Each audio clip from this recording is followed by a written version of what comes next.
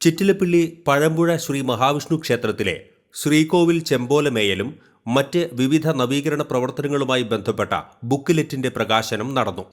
തിരുവോണ ദിവസം രാവിലെ ക്ഷേത്രസന്നിധിയിൽ ഭദ്രദീപം തെളിയിച്ചതോടെയാണ് ചടങ്ങിന് തുടക്കമായത്. തുടർന്ന് മുൻ നിയമസഭാ സ്പീക്കർ അഡ്വക്കേറ്റ് തേറമ്പിൽ രാമകൃഷ്ണൻ ബുക്ക്ലെറ്റിന്റെ പ്രകാശനം നിർവഹിച്ചു.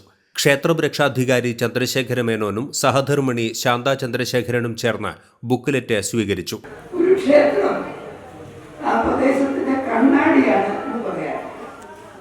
ആ പ്രദേശത്തിന്റെ വളർച്ച, അതിന്റെ പുരോഗതിയൊക്കെ പ്രതിഫലിക്കുന്നത് ആ ക്ഷേത്രത്തിലാണ്.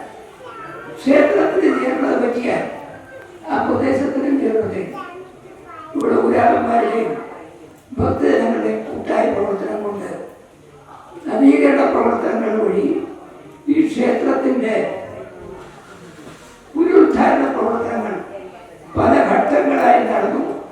ചൈതന്യം വർദ്ധിച്ചു, ആളുകളെ ആകർഷിച്ചു. അങ്ങനെ ഇന്ന് ധാരാളം ആളുകൾ വരുന്ന, വിശ്വാസികൾക്ക് ആശ്വാസം നൽകുന്ന, മനസ്സമാധാനം നൽകുന്ന ഒരു കേന്ദ്രമായിട്ട് ഇത് വളർന്നുകൊണ്ടിരിക്കുകയാണ്. ക്ഷേത്രം തന്ത്രി കീഴ്മുണ്ടയൂർ നീലകണ്ഠൻ നമ്പൂതിരി അധ്യക്ഷത വഹിച്ചു. രക്ഷാധികാരി ജയചന്ദ്രൻ മാസ്റ്റർ ആശംസകൾ നേർന്ന് സംസാരിച്ചു. ക്ഷേത്രം ട്രഷറർ രാമചന്ദ്രൻ മഠത്തിൽ തന്ത്രി കീഴ്മുണ്ടയൂർ നീലകണ്ഠൻ നമ്പൂതിരിക്ക് ഓണപ്പുടവ സമ്മാനിച്ചു. ക്ഷേത്രം രക്ഷാധികാരി ചന്ദ്രശേഖര മേനോനും സഹധർമ്മിണി ശാന്ത ചന്ദ്രശേഖരനും ചേർന്ന് അഡ്വക്കേറ്റ് തേറമ്പിൽ രാമകൃഷ്ണനെ ഓണപ്പുടവ സമ്മാനിച്ചു. ക്ഷേത്രം ഊരാളൻ ചിറക്കൽ നാരായണൻകുട്ടി സ്വാഗതം ആശംസിച്ച ചടങ്ങിൽ ക്ഷേത്രം പ്രസിഡന്റ് നന്ദകുമാർ ചിറക്കൽ നന്ദി പറഞ്ഞു.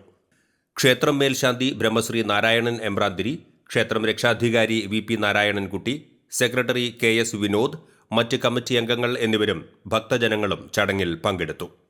ക്ഷേത്രം ഊരാളൻ ചിറക്കൽ നാരായണൻകുട്ടി ജനറൽ കൺവീനറായിട്ടുള്ള കമ്മിറ്റിയാണ് നവീകരണ പ്രവർത്തനങ്ങൾക്ക് നേതൃത്വം നൽകുന്നത്. ക്ഷേത്രം ഭരണസമിതി അംഗങ്ങളും ഉൾപ്പെടുന്നതാണ് നവീകരണ പ്രവർത്തനങ്ങൾക്കുള്ള കമ്മിറ്റി.